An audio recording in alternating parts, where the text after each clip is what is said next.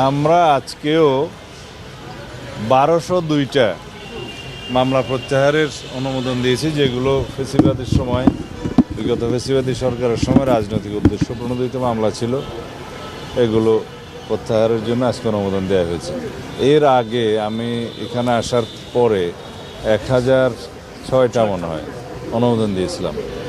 আর যে সমস্ত মামলা প্রত্যাহারের জন্য বিগত ইন্টারিম সরকারের সময় উদ্যোগ নিয়েছিল, রাজনৈতিক উদ্দেশ্যে হয়রানিমূলক, মিথ্যা এবং বানোয়াট মামলা দিয়েছিল বিগত 17 বছরে রাজনৈতিক কর্মী সহ অন্যান্য সমাজের বিভিন্ন স্তরের মানুষের বিরুদ্ধে, সাংবাদিক সহ, সেই সমস্ত মামলায় বিবেচনা করা হয়েছিল